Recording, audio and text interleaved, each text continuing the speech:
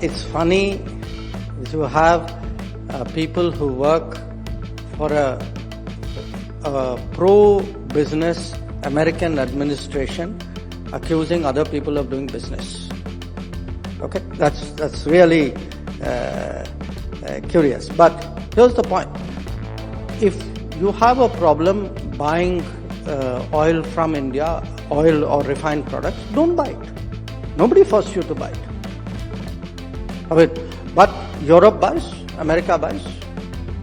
So you don't like it, don't buy it. It's funny to have people who work for a pro-business American administration accusing other people of doing business.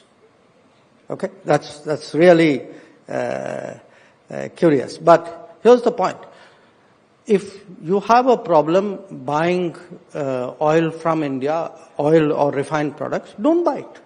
Nobody forced you to buy it. But Europe buys, America buys. So you don't like it, don't buy it. That's a good point.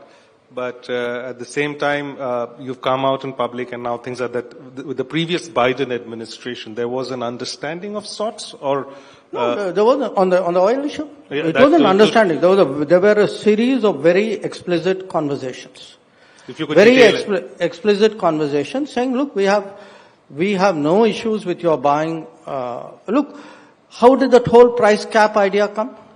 If the Europeans and the Americans, you can't say I object to your buying oil, but I have a price cap. The idea of a price cap is you accept that people buy that oil. So the fact that you devised the price cap meant that you accept that there's an oil trade going on with Russia. Otherwise you wouldn't need a price cap.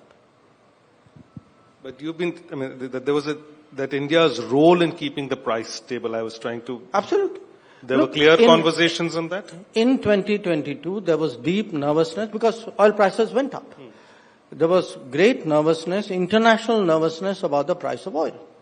And there were a set of conversations with different people in the American administration at that time that if India wanted to buy Russian oil, that's fine by us because it will stabilize the price of oil. And by the way, after January, there were no conversations with the current administration saying don't do that. And this never came up in any of the trade conversations? Never? Anybody ever asked you? No, I wasn't doing the trade. But no, it's not. Look, our trade conversations pertain to our bilateral trade. Our trade conversations did not, the trade conversations did not go into... But they are linking it, so they should have obviously... Yeah, but, as I said, that was not the case. There were no discussions on this issue before their position was made public. They've used the term national security tariff. We had Shashi Tharoor yesterday who called it sanctions.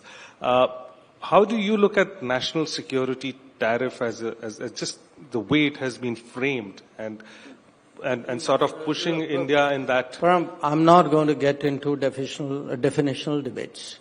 My point is a very clear point, which is that we are buying oil to stabilize the oil markets. Yes, it is in our national interest. We have never pretended otherwise, but we also say it is in global interest. And you call it what you will. I don't think that is the relevant point.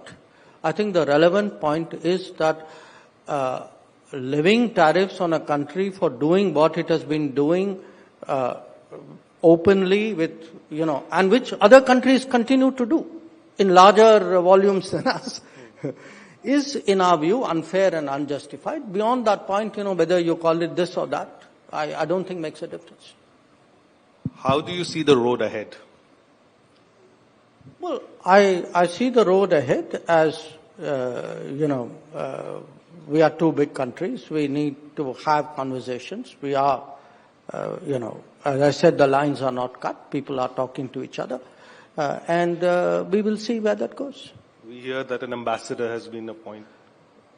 Yeah, I read about it too. No views yet on that? Look, I am a foreign minister. I don't comment on ambassadorial appointments of other countries. That too in public.